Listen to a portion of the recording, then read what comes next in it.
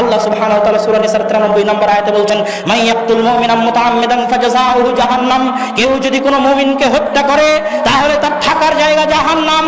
এতটুকু বলাই যথেষ্ট ছিল আল্লাহর জন্য যে কেউ যদি কোনো মুমিনকে হত্যা করে তার থাকার জায়গা জাহান্নাম, কারো থাকার জায়গা জাহান্নাম হওয়াই যথেষ্ট ছিল।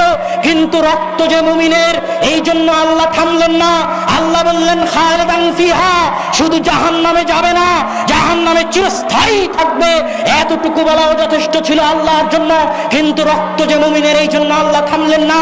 আল্লাহ বললেন গাযিবাল্লাহু আলাইহি, আল্লাহ তার উপর রাগান্বিত।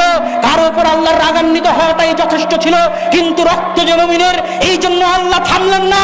আল্লাহ বললেন লানাহু, আল্লাহর অভিশাপ তার উপর বর্ষিত হোক। কারো উপর আল্লাহর অভিশাপ বর্ষিত হওয়া যথেষ্ট ছিল, কিন্তু রক্ত যে মুমিনের, এই জন্য আল্লাহ থামলেন না। আল্লাহ বললেন ওয়া'আদাল্লাহু লাহু আযাবান আযীমা, আল্লাহ তার জন্য কঠিন ও ভয়াবহ শাস্তি প্রস্তুত করে রেখেছেন শুধু একজন মুমিনকে হত্যা করার জন্য। আল্লাহ এতগুলো বিষয় বললেন, 1 জাহান্নামে যাবে, 2 চিরস্থায়ী জাহান্নামে থাকবে, 3 আল্লাহ তার উপর রাগান্বিত, 4 আল্লাহর অভিশাপ তার উপর বর্ষিত হবে, 5 তার জন্য আল্লাহ কঠিন শাস্তি প্রস্তুত করে রেখেছে। কেন?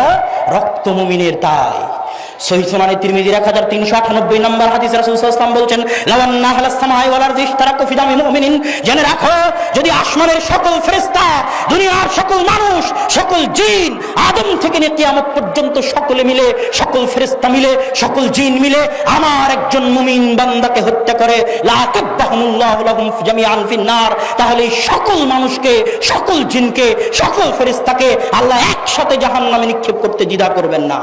রক্ত মুমিনের। তাই আর এক হাদিসে রাসূল সাল্লাল্লাহু আলাইহি ওয়াসাল্লাম বলছেন, লা যাওয়ালুদ দুনিয়া আও লাহাদামুল কাবা আহওয়ানু ইনদাল্লাহি মিন দামি মুমিনিন, আল্লাহ সুবহানাহু ওয়া তাআলার নিকটে কাবা ঘরের চাইতেও, সারা দুনিয়ার চাইতেও একজন মুমিনের দাম বেশি।